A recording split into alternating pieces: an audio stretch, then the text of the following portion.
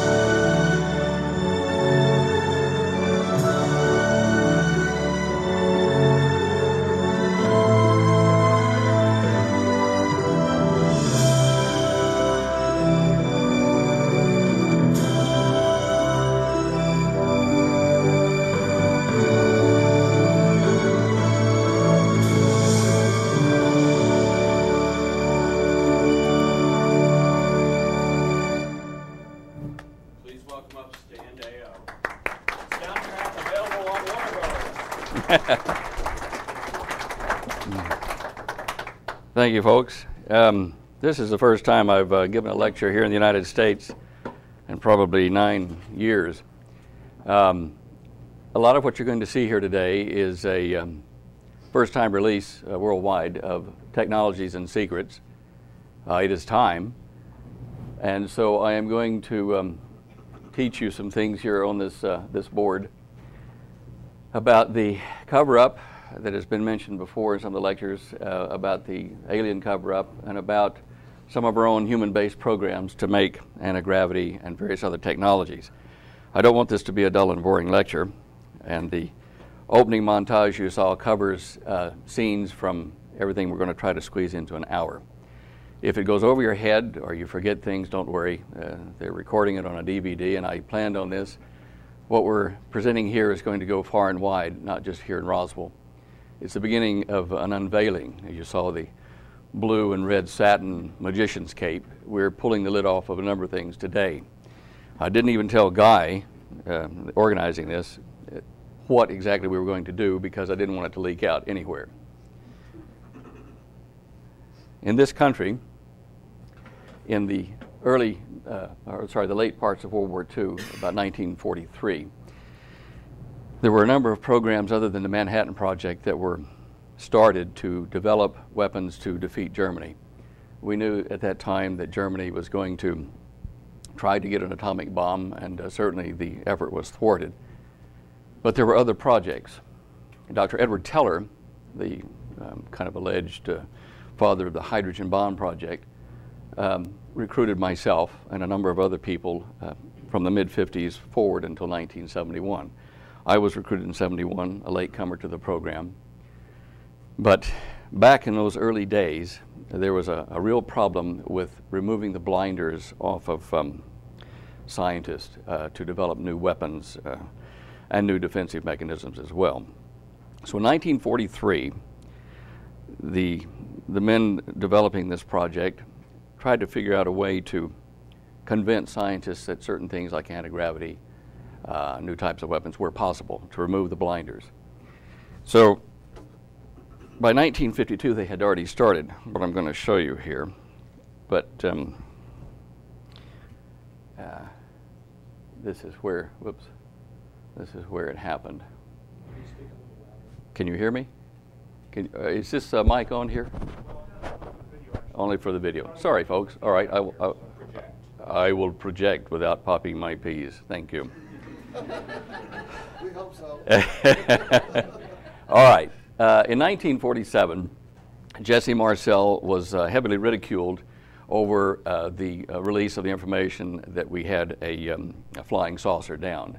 I must tell you that they were Air Force officers. They were officers of the 509th Bomb Wing, and these are the guys that did the atomic bomb testing. They weren't stupid. They knew the difference between a kite and pieces of metal and bodies and things that were real. It wasn't crash dummies. It wasn't alfoil and Scotch tape and balsa wood. He was duped into setting up for that photo there in Fort Worth. Now, he took a lot of flack. His son defends him today, but this is where it started here at Roswell Army Airfield, 1947. That a flying disc has been found and is now in the possession of the Army. Army officers say the missile, found sometime last week, has been inspected at Roswell, New Mexico, and sent to Wright Field, Ohio, for further inspection. Little time warp sound effects there.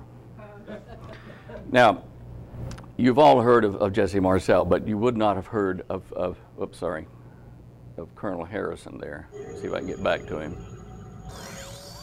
Yeah, all right. I've got a twitchy finger on this thing here. Let me just get in there. Okay. Now, Colonel Harrison died in 2003 now. He lived in Fort Worth. He was the next door neighbor of an acquaintance of Holly mine who works for Lockheed. Colonel Harrison was a co-pilot on the first atomic bomb test dropped in Bikini Atoll. He received the Distinguished Flying Cross. He was a lifelong friend, as you can see here, of from the wartime days till he died, of the McCain family, Senator McCain and Admiral McCain. He also served as a special assistant to Admiral McCain at a very top-level security position. He's one of the guys that was truly a secret keeper, and he did it even from his son until the day that he died. As it turns out, Colonel Harrison was outside the back of his apartment, slipped and fell and hurt his head to the point that it was a cerebral hemorrhage. They took him to the hospital, and he lingered for a while. And his son was in there with him just before his dad died, and he said, "Dad, I've got to know, were the aliens real?" Because this guy was here at Roswell, and a number of paper trails led to his plane ID for having ferried parts back to Fort Worth and over to Wright Pat. And he turned to his son and he said, "All I will say is that they were real." And he died a few minutes later. So, you have another witness, hearsay, but one of the kind that really counts because he was a very special fella. He flew the B-47s, the early Strategic Air Command, and he also commanded a B-52 Air Wing under Curtis LeMay in the SAC program after that. 509th there was the start of that. And there's his Distinguished Flying Cross. Now, this is Raymond F. Jones. Who's Raymond F. Jones?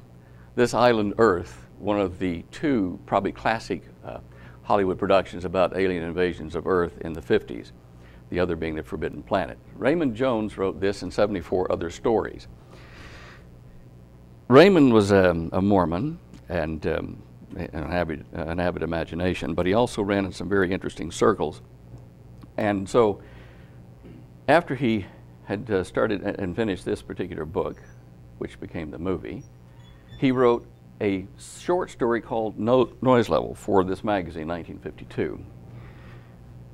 I came across the story in 1977 in this reprint done in England.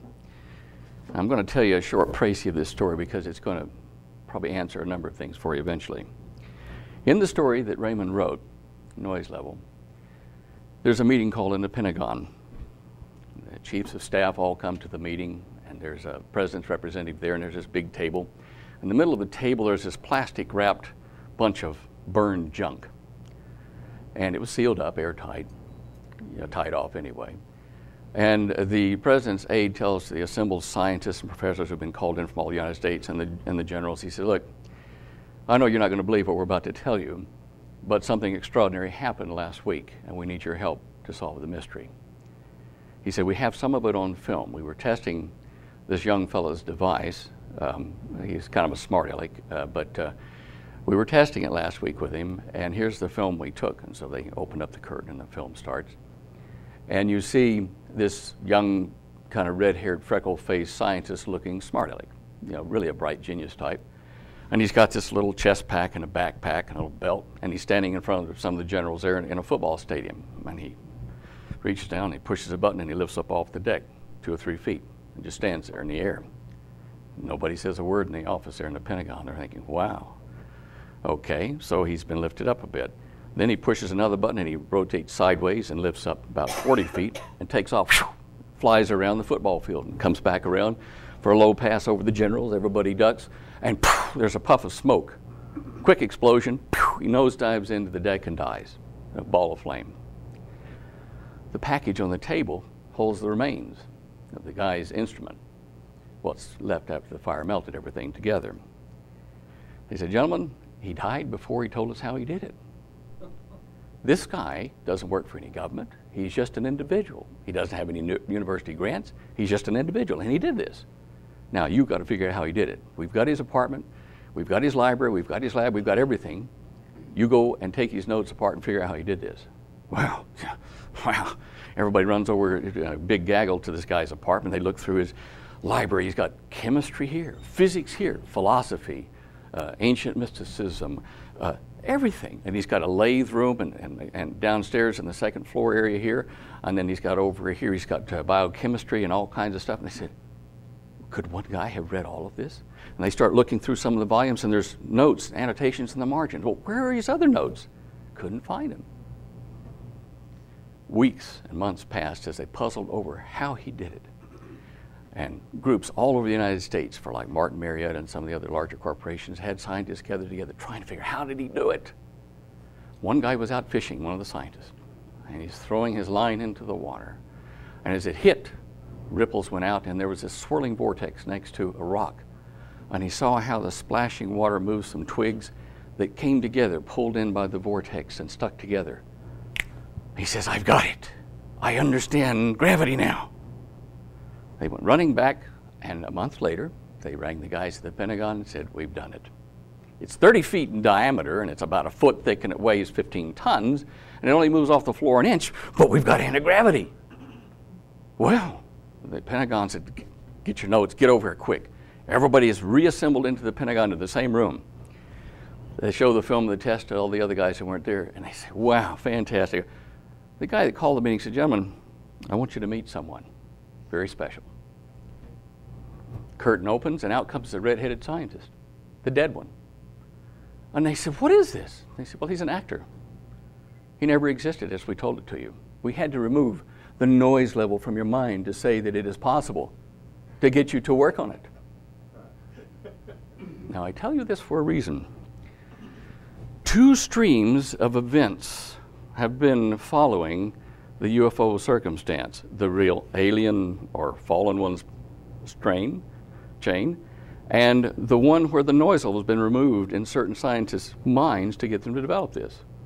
We have developed anti-gravity. I was recruited way after they got it for the first time because I came up with a method of powering a saucer craft using an ionized air plasma, which I'll explain to you later. In that program, under Dr. Teller, I was sent down to Australia. And so I have been privy to things you would never see. You would never, ever see.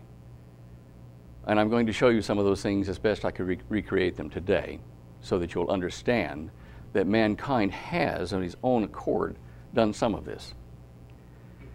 Now, before the alien card was played or begun in 1947, it was kicked around in Washington that in addition to removing the noise level, after World War II was over, there was going to have to be some sort of a plan devised to stop warfare. We could not afford, the human race could not afford another warfare with the technology at the stage it was. Any of you that have brothers and sisters, as children, you can remember when you were in your room fighting at night, probably, and your dad said, "Stop, or I'm coming in with the belt." That he meant business, yeah, probably, until you heard the knock at the door.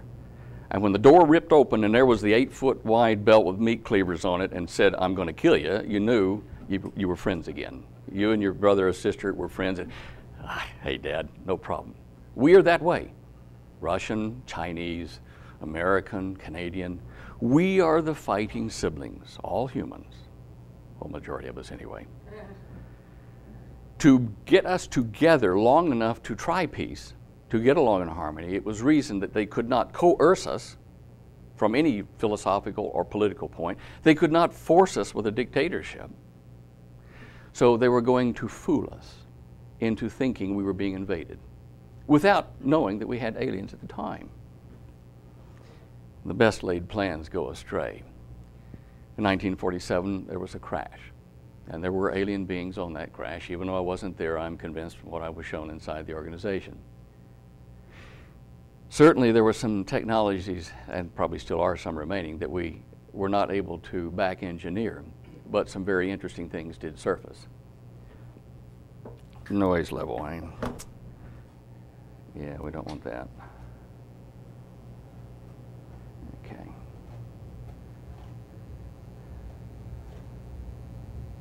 Now, to help you understand gravity, I'm doing this for a reason. There have been people that have talked about anti-gravity, some magic thing and this kind of stuff, and it's a very simple thing in concept. But I'm going to use graphics and some animations and some films of some of the tests we've done to explain gravity to you. So you understand then how anti-gravity can be made and was made, and will not be surprised when you see this upon you shortly out in the open. There is a real severe deception in the works, not entirely mankind's doing. Remember me telling you about noise level, guy out fishing and seeing the vortex and the little spin and stuff. What we see here is just a simple water drop. But I've put this up to show you how when the water drops, it splashes out, makes a large radius first ring, then smaller ones out like that. And then the reflection of its splash pops up a ball in the air like that. Okay, big deal, you've seen that. Now, what happens next is you will see if you take one splash, it sets equally, almost equally spaced crowns out like this. These are inertial things formed by water pressing on itself to make little beadlets out here like one single drop would do. This happens usually on a flat surface instead of a deep amount of water. Now, for the astronomers in the crowd, what we see here is a splash which can represent the sun. Then there's the first orbit of some planet, and the second and the third. But if you're an astronomer, you notice that those rings, the radii of them, do not match our planets. You think, well, this couldn't be explaining gravity and orbits of planets. But it does. Because in space, you don't have an infinite pond where the ripples just go out and don't come back. Space has mass and resistance. It's like a very fine fluid that's so fine that atoms are made up of a lot of it. It's called ether space in James Clerk Maxwell's day last, or century before last, and we have returned to that understanding of the way the world works. When you take a bucket of paint, thick paint, and you put your paint stirrer on your drill and you stick it down in and spin it around, it will make circular waves go out and hit the edge of the paint bucket and then come back to your spinning paint stirrer, the little rod.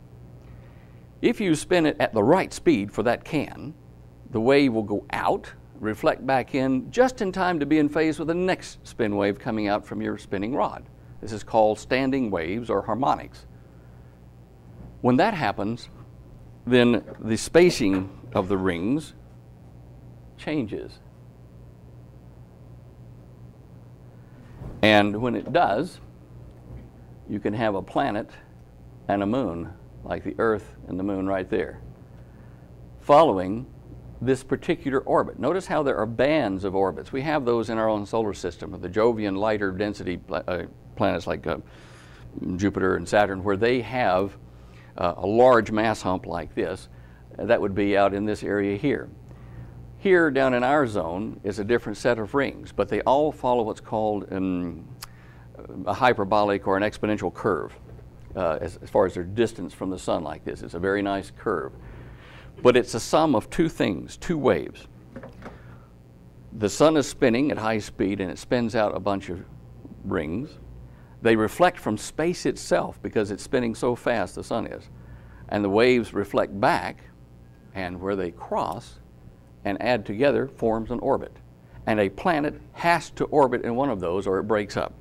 Like the asteroid belt used to be a planet, but now it's broken up and pieces of it are on the surface of Mars, a lot of red dust and a 600-mile diameter chunk of that, either a moon or the planet itself in that orbit, is broken up on the surface of Mars near the Cydonia area where people think there's a face, and that's a farce. Gravity can be determined with a telescope looking at distant star systems. How can you see gravity? Because scientists, astronomers have found that as a star spins, it's originally spherical, but as it spins, it starts to flatten at the poles. And this is called oblateness. It's not totally round, it's oblate flattening. When that happens, they measure the number of degrees of off-true circle that is, and they say, its gravitational constant is such and such because it is so flattened. The more it flattens, the higher the gravitational constant. What they're telling you is this: gravity has to have spin around some center or you don't have gravity. So you say, well, why is that? It's because gravity is not a one-way force. It's the result of two forces acting. You spin out diverging waves, they reflect back converging, and where they cross partially or entirely, the directions either cancel entirely or are more in favor of this way or that way. In essence, gravity will reverse in orbits and not all be pointed at the sun. In between orbits, there are null zones. There are zones where the forces net more that way, out away from the solar system than toward the center. On the Earth, if you were to drill a hole all the way down to the center and drop a rock, it wouldn't go to the center of the Earth. It would go down a fixed distance and bounce back up, not to the surface, but probably 150, 200 miles below, and find its equilibrium point. There are layers or shells of inertia that form gravity. Spin. Have I lost everybody? Now, I don't have stock in Coca-Cola, but I sure use them a lot. This is the top. You'll see this in action in a minute. This is the top of a 2-liter bottle of Coca-Cola. I've developed a process of generating planets and stars with sound waves on the surface of a Coca-Cola bottle, with Coke in it, of course. Dr. Pepper worked as well, so if you're listening, Dr. Pepper. What you'll notice there is a depression. That was a strong hint, wasn't it? What you'll notice here is a depression on the surface of this liquid. Now in school you're taught this is surface tension that holds that little bead up. If you've watched rain fall down in a puddle closely, you'll see that splashes will hit a puddle and little tiny bubbles or spheres will dart around very quickly on the surface and then be absorbed and disappear. And they tell you, well, that's because momentarily the surface tension of the puddle kept that raindrop from actually falling through the surface. That's not exactly correct. As I showed you earlier with the drops, splashes, when a drop is formed up like that and spins like that in the air, it is spinning, it is convecting like a mushroom cloud around an atom bomb. You don't see it here, but that little drop of Coca-Cola there is spinning like that at high speed. But if you do nothing except generate that and then stand back from the Coke bottle, about 15, 20 seconds later, it will just reabsorb into the surface, pop, and disappear. But if you add sound to it, which we'll show you in a minute, you can keep reinforcing that spin and have it there indefinitely as a planet or a star or just a bubble on a Coke bottle, whatever you want to call it. But this is showing the same effect Einstein's equations predicted about the warping of the time-space fabric. That's the best way they could describe it. But you are seeing here, you're actually seeing it. Instead of an equation, you're seeing it. See what I'm saying? All right. Now, I'll pause on this for about 10 seconds. Okay. This equation here is the one I use to generate what you're going to see in a minute. There's a yellow, a green, and a red equation, and these are the constants I plugged into those to show you how the divergent wave and the convergent wave add together to give you the yellow thing. Now, I put this up primarily for the people who are going to see this DVD elsewhere who are of that bent, to show that this is the first approximation of the equation, definitely not the equation for our solar system, but close. Okay? All right.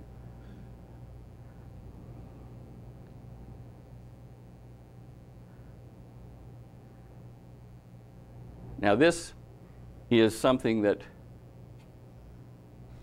I will play again for you. Here is one waveform, that big hump that we saw at the beginning, and another one just like it, moving in. In our solar system, like all stellar systems, the center of the sun is not in one place. They're separated by a number of miles.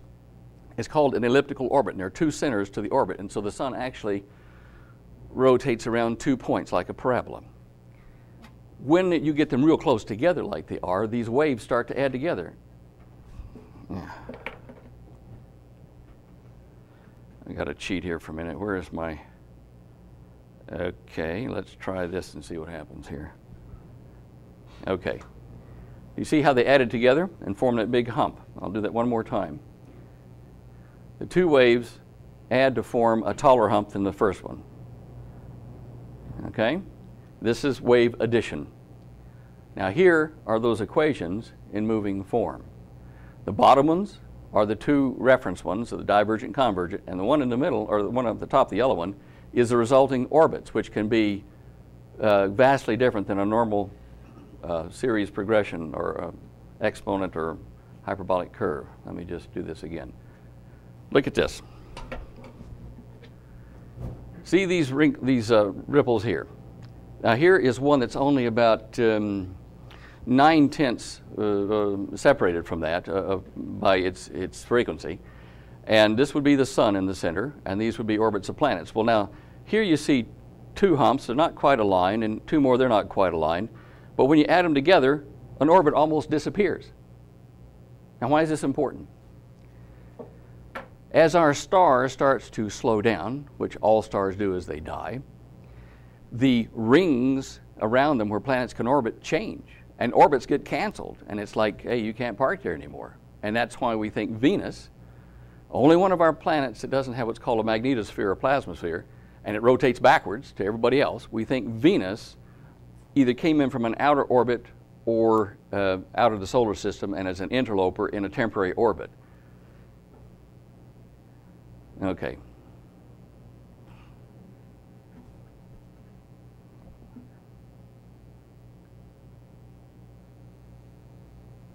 Okay, this is going to annoy you for a minute.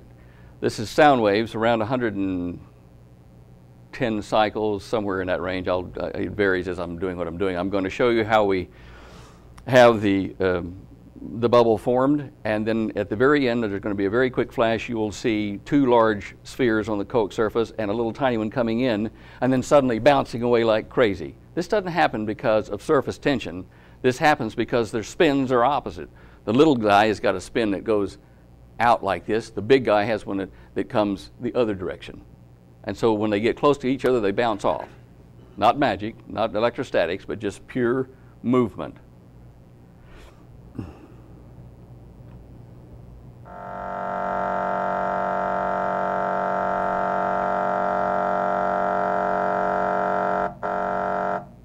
Notice in this, that would be the sun, and this would be a planet. What is happening is the speaker, I've got on the table, you'll see that in a second as it moves down the shot. The speaker is generating a wave in the side of the bottle that is reinforcing this one here and keeping it alive. It is feeding it inertia, waves, like planets get fed.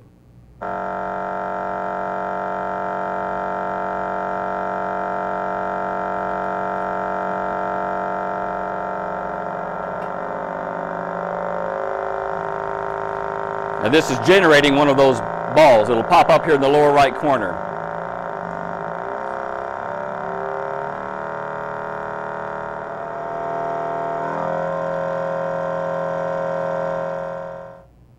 Okay.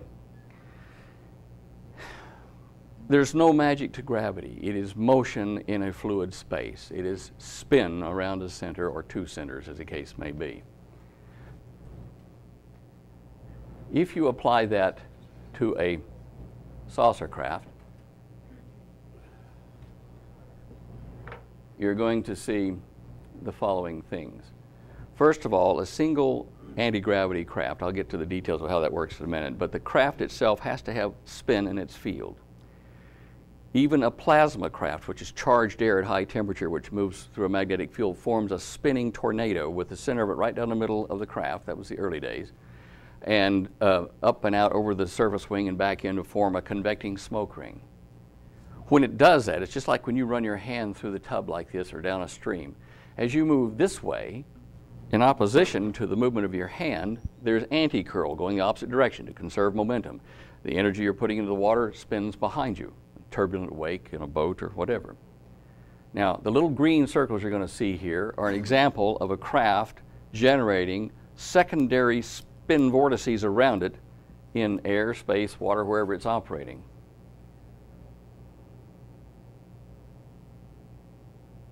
Craft in the middle, the white thing.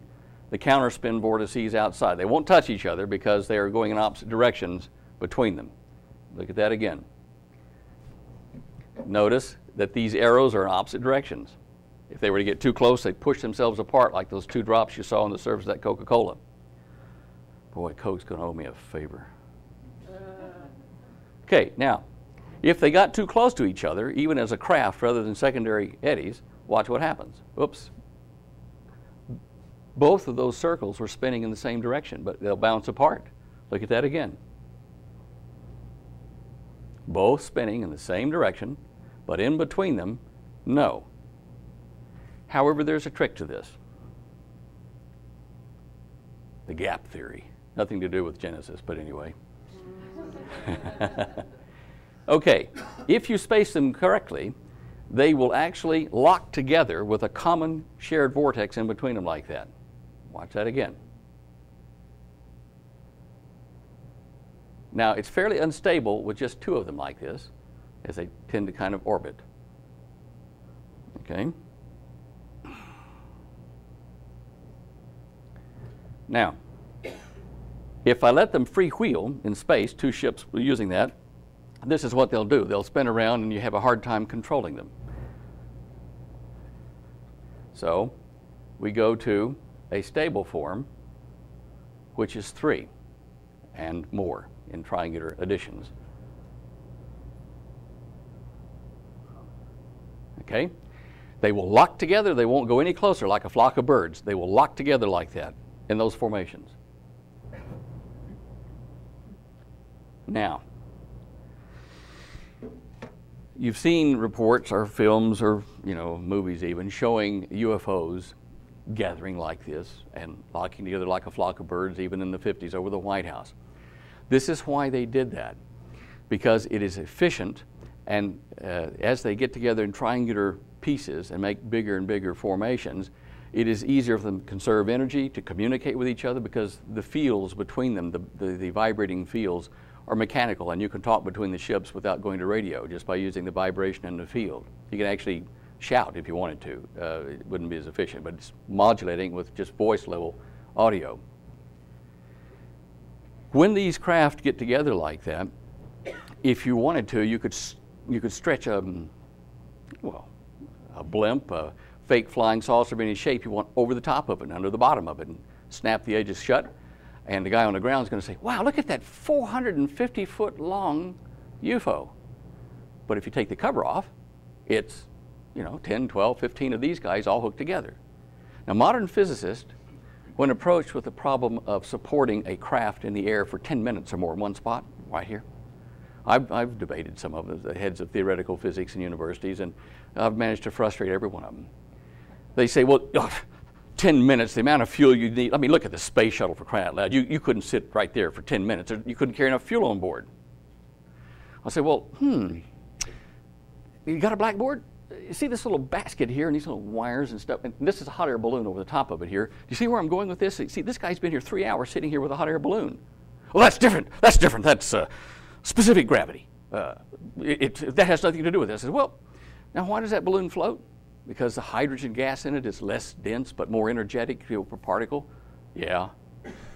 Okay, so in other words, if I could magically generate a field in and around a craft using normal air or something else that was just like hydrogen but contained, then I could float that thing there because it's not, the energy's not going anywhere, it's contained in the field.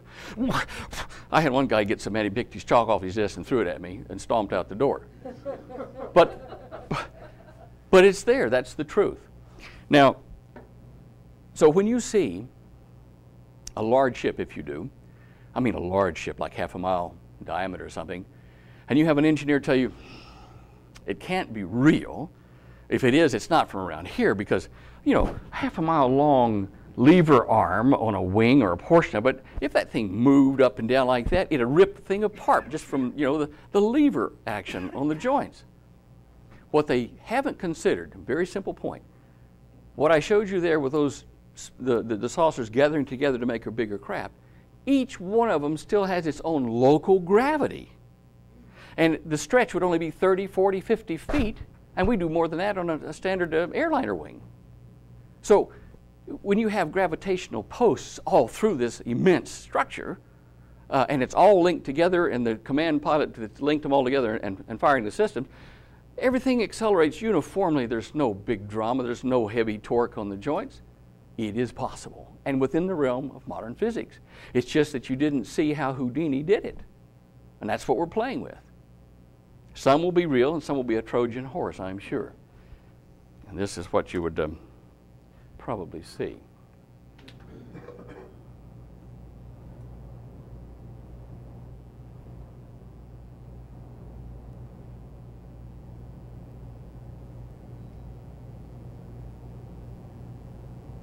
That was neat. Got to have one. As Will Smith said, I think, what was it, in 4th of July? I've got to get me one of these.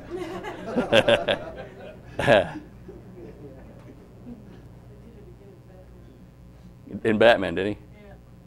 Okay. In the late 50s, in Strategic Air Command, there was a friend of mine who was a colonel. He became a friend of mine later.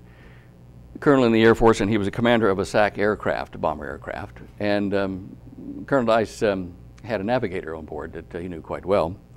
Younger fellow, obviously, captain, I think.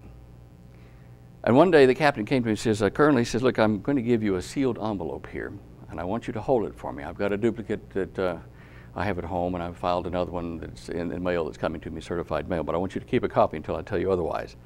And George said, well, what's in it? And he said, well, I did something at home the other night, an experiment I've been playing with, that is absolutely astounding. And I'm going to tell you this, and the drawings and the plans for it are in this envelope, and it's real. And he said, I went into the garage where I was setting this up, and I had some chipboard, compressed board, what do you call it here? You know, particle board, yeah. Look, I was in Stray's salon, I get my terms confused. I do apologize, so you'll have to give me credit for that anyway. And he said, I put 3 levels like a cake of particle board together, and I put some washers and coils on it and some rods, which we're going to look at here. And he said, I hooked it up to the signal generator set there, the frequency, and I fired it up and nothing happened. And I thought surely I would see some magnetic effects from it. And he said, all of a sudden, it started to lift up off the workbench, just slowly lifting up. And he said, I was amazed, and wow, what have I got here, you know? And he started to lift up a little bit further, and he said, wow, look, the air is kind of mottled gray and kind of, wow. Oh, if I stick my hand in it, I wonder if it'll hurt. I'll grab this broomstick. It's not conductive. It feels like jello you're going through. Wow, it's a field.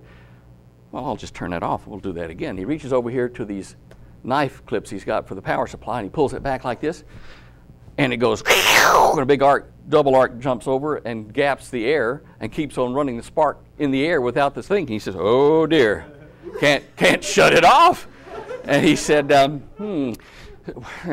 well, and he takes this broom handle, goes whack like that, and hits this gray area under the floating thing. Well, then it all stopped, but it was a huge electrical discharge down the pole up into the mains, blew the power transformer on the block, and, well, power company came out the next day. Darndest thing, he said, I don't know what has happened. I was sitting down here watching TV, and it just, you know.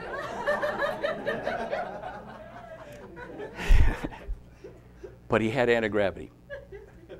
So he gave this to George, and George told me about it years later. I said, George, where's that envelope? This is before I left to work with Teller's group. So my mom and dad moved to Florida. I think it's in my boxes there. I said, well, did you ever open it? He said, no. I said, well, what happened to the navigator? He said, oh, you know, come to think of it, a few weeks after that, he was transferred out. I never saw him again.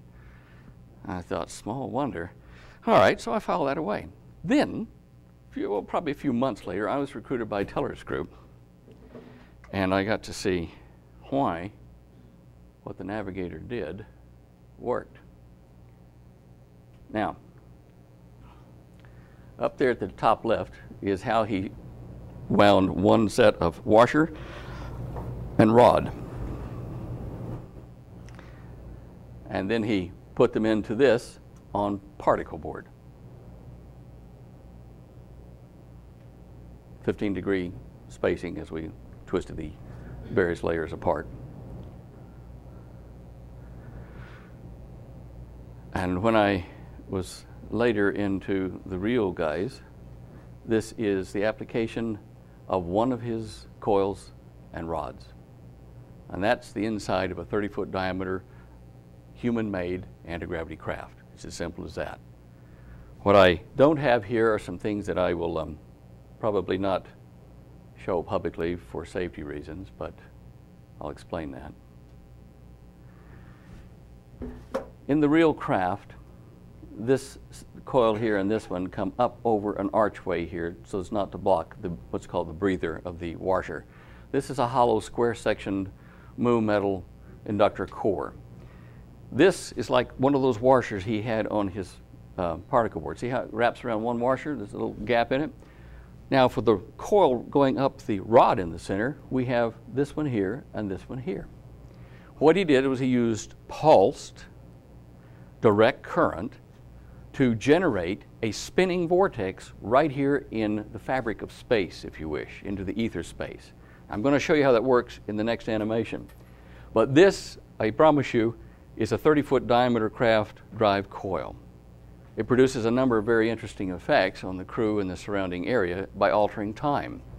It's not a time machine. It just simply means that for people inside the field at various positions from the center and out, time passes at a different rate. While I'm on that subject very quickly, if you watch a hummingbird, or watch a bee, you'll see that they move a lot quicker than you can predict where they're going or try to catch one, or a fly. These things operate at a higher operative neural rate than you and I do, yet they do function. They are simply looking at us as slow, sluggish, moving things, and they are just living 5 to 10 times faster than us. With these craft, when the energy is pumped into this, and into the superstructure, and into the crew, all their atoms, all their molecules get extra energy. And they become like the hydrogen atom in a hot air or a hydrogen balloon type thing. They become inertially lighter, but yet they are moving faster. So when they go to do one of these miraculous right-angle turns at 10,000 miles an hour that are impossible, they have not violated the rules of physics at all. What they have done is they've said, attention crew, we're going to turn a corner about 10,000 miles an hour here, prepare. And somebody in the crew says, okay, you got the cards? Yeah, okay, I'll get something to drink, get up a table, and they're now going to turn the corner, and it takes them 5 minutes, let's say, to turn that corner. But you on the outside see, whew, that's impossible, it would rip apart. But it's not, because everything in here is at a different energy density like that hummingbird, and they are being uniformly accelerated, and as they go around that corner, they're looking out the window, well, sometimes, and they're saying, oh, look, everybody's in slow motion. And they lose 10 minutes of their life relative to you. Or they gain, in other words, they age at 10 minutes while you're only aging a fraction of a second. It's like when you were at the fairgrounds, the showgrounds, as a kid, they used to have this big cylinder that you'd stand on and have a floor, and it'd start to spin. Then all of a sudden, the floor would drop out, and somebody across you, you'd all stick to the edge of it and spin sideways, stuck on the side of it. And somebody'd usually, wet their pants or something, get really excited because there's no floor under them. But what it is the centrifuge effect is holding you up. Now, if you extrapolate that to a ball instead of a cylinder, and you have a ball with oil in it and another ball inside that, and you're inside that ball, and somebody pushes you off a 50-story building. I wouldn't try it, but anyway, hypothetically, what would happen is your double spheres with oil would hit the ground, bounce, you being inside that ball and lopsided because your weight's not uniformly distributed, would cause the inner ball to spin. And what would happen is the big ball on the outside would come to a rest in somebody's parking lot or something down there, and people would listen, they'd hear going on inside. And after a few minutes, you in the inside spinning ball, like at the fairgrounds, would come to a stop. And what you have done is you've stretched out the period of time that you normally would take to crash into the dirt and kill yourself over several minutes, and that doesn't cause structural fatigue. When I was at the academy here, the Air Force Academy, we used to describe a crash of an aircraft as a landing in which the vertical component was reduced to zero in such a short period of time as to cause structural fatigue. That wouldn't happen in this kind of a situation. These things are not only possible, they're being done. They've been done behind your back for very good reasons, which we'll certainly address before we get through here today.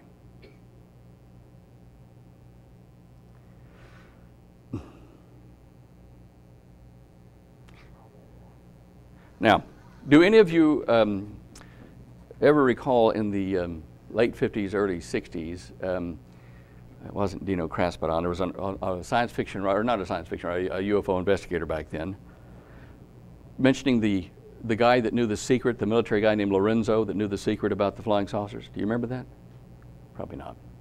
Well, anyway, it was a rumor in the UFO community back then that there was some guy that had the secret to anti-gravity that knew it, and he was in control of all this for the military, and his name was Lorenzo. Probably a captain or something, they weren't sure. It wasn't a Mr. Lorenzo. It was what is called a Lorentz, L-O-R-E-N-T-Z-O. What you just saw up here makes what is called a Lorentz O. The secret to the anti-gravity problem or situation is the Lorentz O. Named after a mathematician, Lorentz. It tells what happens when you have electricity going this way in a conductor, and at the same time you have electricity going around it to make, like this, in a different direction. In between them, a force appears, whether you're in air, water, whatever, and it's called the Lorentz force. And it tries to get these two conductors to line up. And if you don't let them, then the stress has to be transferred to the medium you're in, anti-gravity. Now this device here, I built to show people. We're going to see that little thing over here on the left animate. And I'm going to show you a long quartz tube. And inside it will be a copper pipe, a thin pipe of copper, lining the inside of this tube. And then I'm going to put a nail and a cork right down the middle of it, and I'm going to take electricity from a electric arc welder, 1200 watts at about 60 volts. And I'm going to shove that down through that nail, through some salt water, which is just tap water with a bit of salt, a couple tablespoons of salt, and some hydrochloric acid to make it conductive. And it's going to go through that water into this copper sheath, which is then connected from the other end of the copper tube back to the electric arc welder. You'll see all this. I'm telling you beforehand so that you can just contemplate what you're seeing. What you're going to see at the end of all this is that scene right there, where I have a copper tube with all this, and the glass tube with all this water in it, sitting right down inside of two speaker magnets. You know, the back of your speakers, those round donut magnets, they have a north-south field running like this, which is the same as one of those washer coils that I was showing you before. And when I do that, and I just do nothing but hit the power switch, and electricity starts to flow down from that nail you see at the top down to the copper, you're going to see spin. And that's the beginning of the vortex tornado, the Lorentz O. And you can use that to make plasma craft and anti-gravity craft. You can also use it in water at lower temperatures to make very fast boats.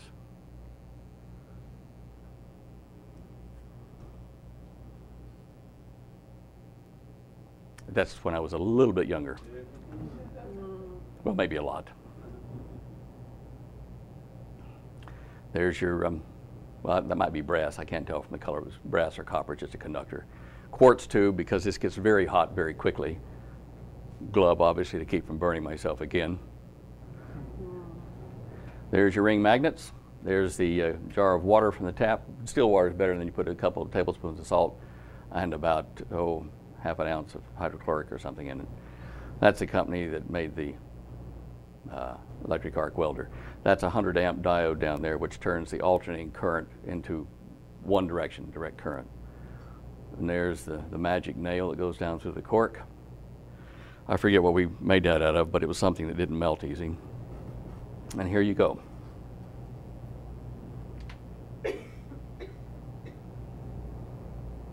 No moving parts except the bubbles that form from the heat, showing where the ions are traveling, following the vortex field set up. And this occurs down the center of any of those craft.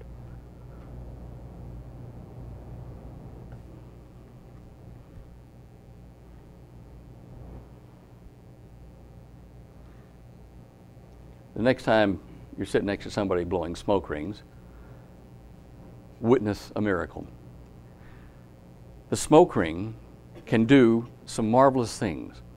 If you stand here in this room and put up, say, an elephant ear plant back there, you know, those big green ears floating like that, or a candle, a lit candle, and you went as hard as you could huff and puff, you could not blow out the candle or move the big elephant ear back there, the plant. Yet, if you take a device that makes a smoke ring and you use the same amount of energy, probably less, and you aim it back there and you go like that, that little ring of energy, the same amount that you would have blown out and lost into oblivion out here, same amount in a tight little package goes right over there and blows out a candle or moves that target elephant ear like that. Now, in this test here, I've used slow speed, and some of it I've done some time lapse or some slow-mo camera stuff. But watch, as you see there, there's a smoke ring on the right, but behind it, from the inside, is a long cylinder of smoke. These craft that we're talking about, this technology, and a number of other technologies that they use, including plasma beams, all rely on what you're going to see here. This is a wrinkle. A smoke ring is not a series of spinning, things around this point here. It is a wrinkle like you would put in a carpet by doing that and making a wave go through the carpet, except it's in 3 dimensions and wrapped around. So as a result, when a smoke ring moves through the clear air, it absorbs clear air on the periphery of it in a layer that goes into the inside and then does a reversal like yin and yang and comes out pushing smoke ahead of it. And so a shell of smoke, a pipe, comes out the back. These things here are a rough approximation of what makes an atom or an electron. They are not particles, they are waves in a medium. All right.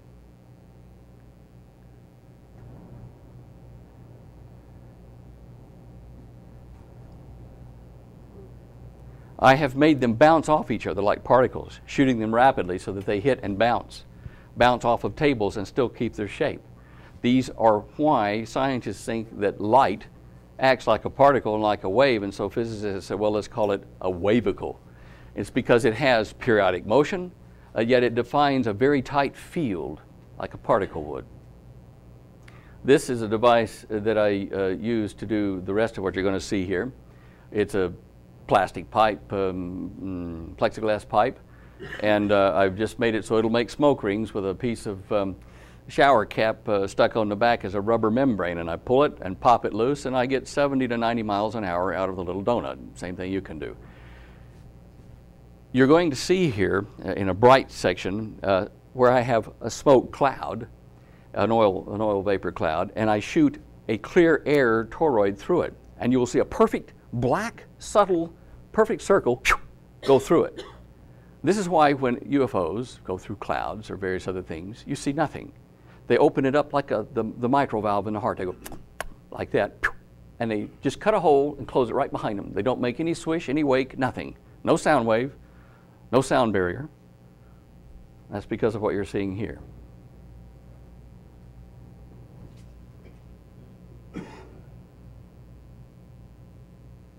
Now watch closely. It's subtle. Did you see it? Didn't see my hand move, did you? Right in the center, down at the bottom. There you go. You see him? Oh, yeah, I see. See, now I've slowed it up so you can see how I've reversed it back and forth. Watch how it acts like a valve. Okay. A couple more just to show you. It doesn't really do a lot of damage. In fact, when I've fired these things across the room like that, I've had candles 30 feet away over on this side here, because candle flame is very sensitive, to motion. And I'll have the candle flame over there and shoot that way. And as the donut passes like this, the candle flame goes and bows toward the donut passing. The shock wave is there, but the energy stays in the center. It's a very, very efficient thing. Now here's that mitral valve thing I was talking about. Clear one going through like that. See how it cuts a perfect hole? If you have a ship like that, it does that with gravity, it does it with clouds, it does it with water. Fascinating, isn't it? So what do we do in the evenings at home? I'll tell you what, my wife is going to kill me if I keep playing with that Coke bottle, because sometimes on the computer I'll take a ruler and I'll snap it like that and make these little beads form, and I'll go thump, thump, thump, thump. So if you do it another time, I'm going to shoot you. Yeah. True, isn't it, Holly? All right, now, I took some notes at one of the meetings because we weren't allowed to film or record anything in one of my briefings. All right. In one of my briefings in the project here, and what you're going to see is a page of my notes here, which show what I was drawing, what I was being shown, with the top off of the 30-foot diameter craft, and with one of the sections removed so I could see inside the inductor. And this is what I put down on paper that day. You can see the arch I was telling you about is there. It's exaggerated a bit, it's a little thinner. The core section here with the main ring toroid. This one here with like a Faraday cage. It wasn't exactly that, but that's what it's for. This also held the superstructure onto the top of the craft. And there you can see some more of it there.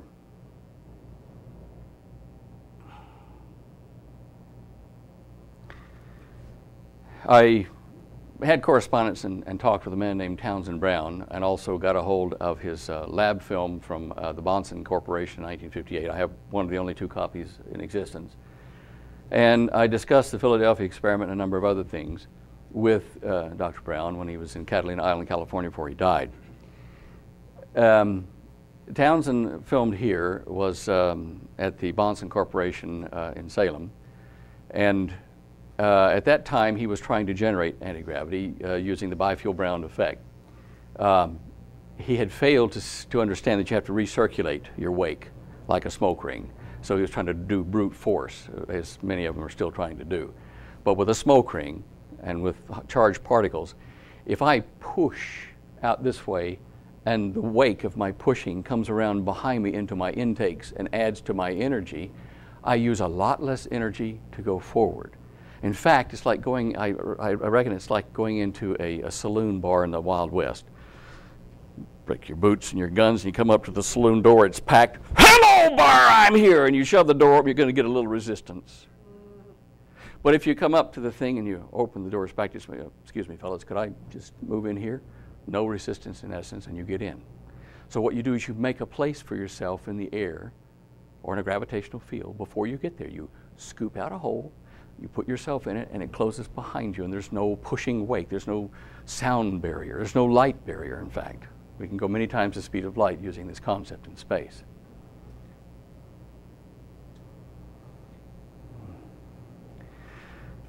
Brown tried a toroid coil in his. I've got his lab notes, his books as well, lab books.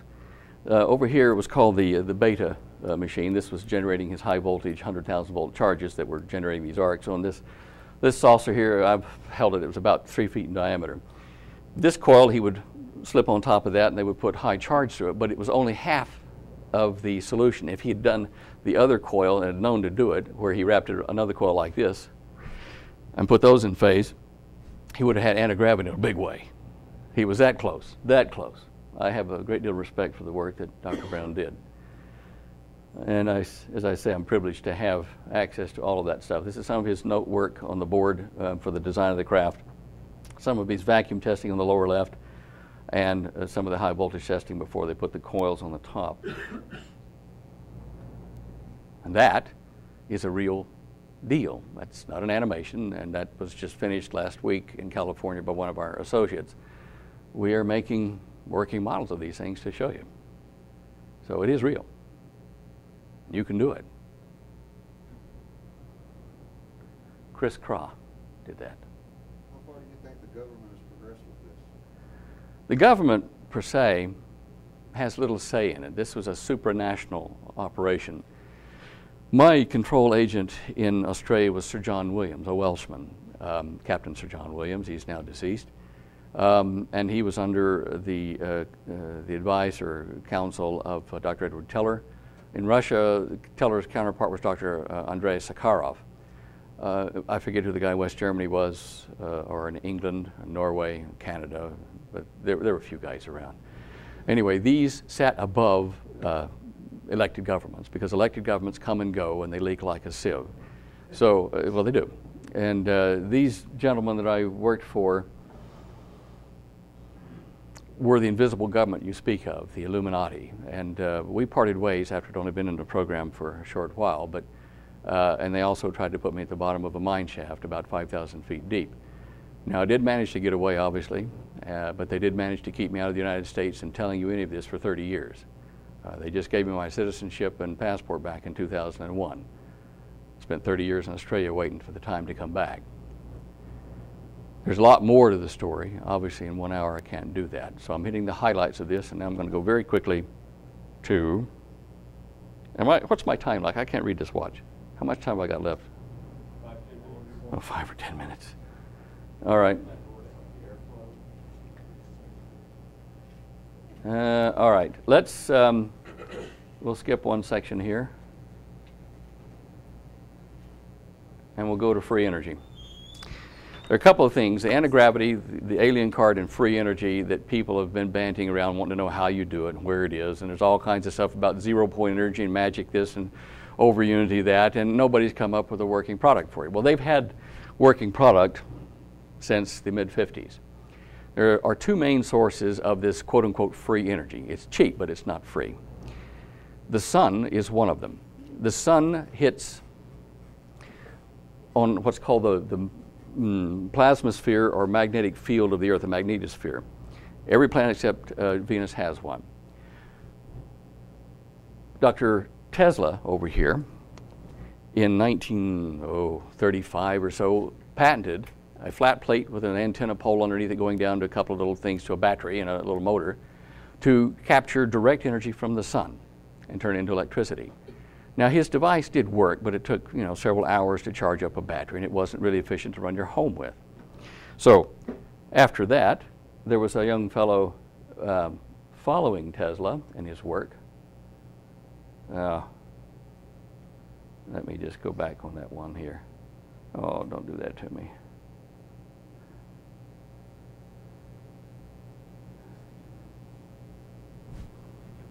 Okay. All right. Here we go. Tesla, okay, as I said, developed that thing in 1935 and patented sometime around then. Patented, whatever. And in his steps came a guy named T. Henry Murray, who was a doctor in his own right, but a doctor of something else not related to free energy. But he knew that Tesla's work had merit. And so as a 19-year-old at the turn of the century, he'd been following Tesla. He started playing with antennas, insulated wires on the farm where he lived. He was a Mormon fella, kid. And he found out that he could get little arcs off of this antenna that was insulated from the rest of the house through a little coil in his speaker, and it was novel. Years passed, he remembered it. And eventually, through time and circumstance, he spent some time in Sweden, a guest of some of his relatives there, and there was a train car came by with ore. and some of the ore would drop off when they'd stop at the signal there at the tracks. And so as a kid, a young man now, he would pick it up and take it home and collect it. He kept it with him when he went back to the States, went back home, and when he started playing with his peculiar electric discharge, his antenna, whatever, he used some of this Swedish stone, he called it.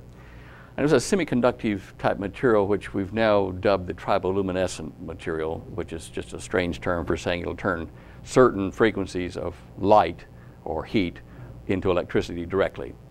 And he managed to build a device with about an 85-foot long antenna, insulated, behind his house on 2 poles and a little wire coming off of it, insulated again, down to 2 boxes about the size of this trolley here in his home. He could extract from the ambient medium, the air, he could extract about 5,000 to 7,000 watts of power continuously, run his home, run a heater, and do it to witnesses, let them take his boxes apart, all except one little cigar box thing about that big, which held the magic device which made it all work. And basically all he had in his box was a tuned Tesla coil system, a high voltage coil, a step down coil, and a couple of little feedback coils, and a radio circuit, a heterodyning circuit. No one would help him. In the early 70s, he finally died, and his last words to his family were, "Why didn't they help me?" In fact, they tried to assassinate him. Somebody shot at him through his home window one time. There are so many documented cases on record of this man with sheriffs, judges, everybody reputable. And as I say, he was part of the Mormon community, and he was reputable. Showing him, proving that this worked. Help me, he says, and we can develop, free energy for the world. And then it died with him. Now, his son, John, I talked to him. John didn't pay much attention to it. He was too young at the time and doesn't remember how Dad did it. Just remembers conversations and something about germanium cells and this and that. That's not the issue. The issue is, where was he getting the energy from? We'll use modern technology and get it. Well, this did happen in the mid-50s, as I said. The sun throws out particles at around 400 to 1,200 kilometers per second. Pretty fast. 1 million or 2 million miles an hour, something like that. I forget what the exact figure is, but it's huge. And that hits us all the time, sprayed off from the sun. We get hit all the time from particles that are called baryons and leptons, high-speed cosmic energy from other galaxies and other star systems, all the time hitting us. They're hitting everything, but we're getting our fair share of it because we're in the neighborhood. All these things strike a magnetic bubble around the Earth. As I said, every planet and some of the moons of Jupiter has a bubble like this, except for Venus, and it might have one once it settles down and spins the right direction. This guy here, Moray, tapped into a way to sit on the ground here with some insulated wires and reach out electronically, if you wish, and feel the pressure of that solar wind as it vibrated at sometimes 30 million times a second. When a particle hit, it have an impulse of a 30 millionth of a second, bang, like that. So much energy in it that some of those particles go straight on through the Earth. They're huge. And he said, I noticed that my energy drops off from this coil about 20% at nighttime, but it still runs at night with no direct sunlight. It's because of this magnetopause that we will look at here. This, the little brown thing in the middle there next to those dark blue circles, right here, that's Earth. And this is the field, the magnetic field of the Earth. As it moves through that solar wind, it gets bent around like a coma around a comet. And if you can imagine this being like a charged balloon full of charged air, and there's things beating on it like that all the time. At any one point in time, say in a 30 millionth of a second, roughly speaking, there's going to be a number of particles that are hitting, and there's going to be a number of rebounds from just being hit. And the net of those two is some energy for you. So if you can rake off that energy for that fraction of a second, then you've got that energy trapped down in your little device, and the system doesn't know anything about it. It fills the hole with some more energy from more particles from the sun.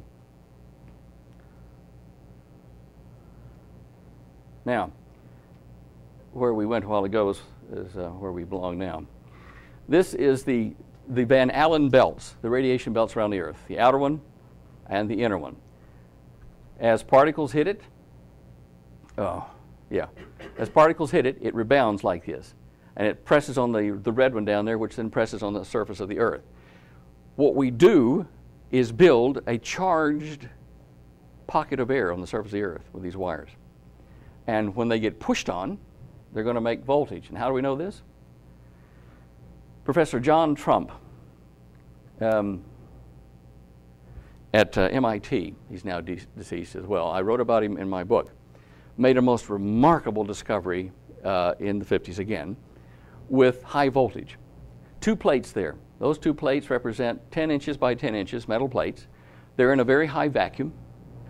And he has the ability to measure the attractive force between these plates when he puts a charge on it. So he said to me, and I went to see John before he died, he said, I put 300 volts per centimeter, that's a term for the field intensity. I put 300 volts per centimeter between his plates, and I measured the force at 5/10,000ths of a pound. Bugger all, not much at anyway. So then he says, I raised it to 30,000 volts per centimeter, only raised it 100 times, but yet the force is now up to half a pound, 1,000 times more. So he said, well, I wonder what happens if we could go to the limit of our equipment to 3 million volts per centimeter. Watch this. 5.7 thousand pounds of force between 2 plates, 100 square inches each. Now, the outer atmosphere, that green envelope you just saw and the red one, those are our plates. And we've got, the Earth is part of it, the whole system. There's 3 plates involved. When you move these plates, he found, back and forth mechanically, the voltage started to change. Just moving the plates closer or further apart. That top figure up there started to vary. If you got varying voltage, you've got energy. And this was what he was tapping. Now that is one source. The other source is what's called thermionic. It takes heat from your body, heat from the air. That is then processed through what is called a triboluminescent substance. And that simply means it's like the phosphor on your TV. The phosphor gets hit with an electron gun and it emits light of a certain frequency. But if you hit that phosphor with that same frequency of light going the other way, it makes electricity come out the other side. Photoelectric effect. All atoms in our part of the universe share energy between each other in what's called the infrared spectrum, the heat spectrum. So if you get a material that is responsive, instead of to visible light, but to the invisible infrared radiation, then that will convert to electrons on one side of this material, and we put what's called a tuned circuit in a cavity, just like Moray did, and it will strip mine those extra energetic electrons off and into a little spark gap and down to recharge your battery. So those 2 types are free energy, and there are people working on it in a network that I'm a member of in France and here in Mexico, Australia, and elsewhere probably, but the main part of our membership is in those countries.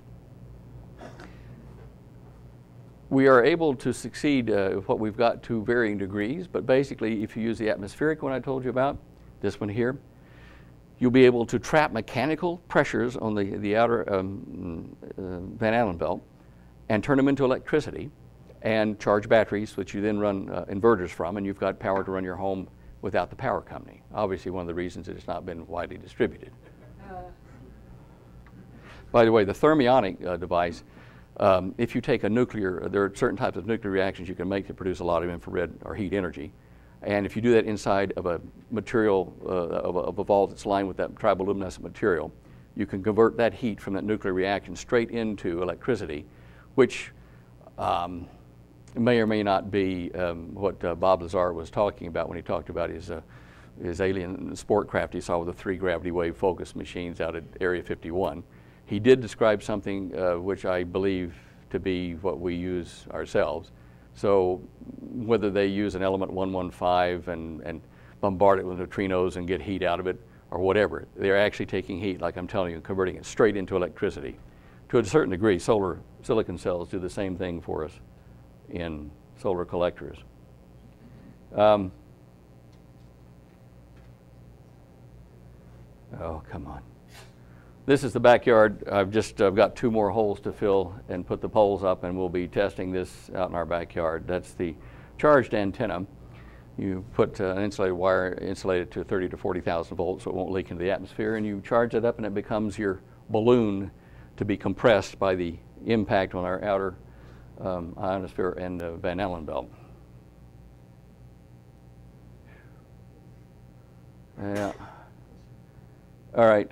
All right, look, I'm not going to explain this. I'm just going to show you some of the water and aircraft that I have made and tested here since that time, and some I'm working on now. They cycle about every 5 seconds. This one was something that I made for a DARPA proposal for a micro aerial vehicle for surveillance. This was along the same lines. They weren't accepted, by the way, so there's nothing secret here. These all employ the principles of vortex spins in air or charged air. This is another one we built in Australia, stateside. By the way, the real things weren't quite as pretty all the time. They had scuff marks and things on them, but anyway, this gives you the idea. And some of them were made out of different materials, fibers, composite, and things like that. All of these have definite reasons for their design.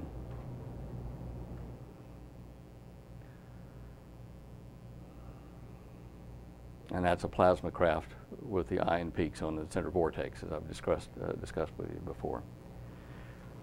Okay, that's probably enough for today.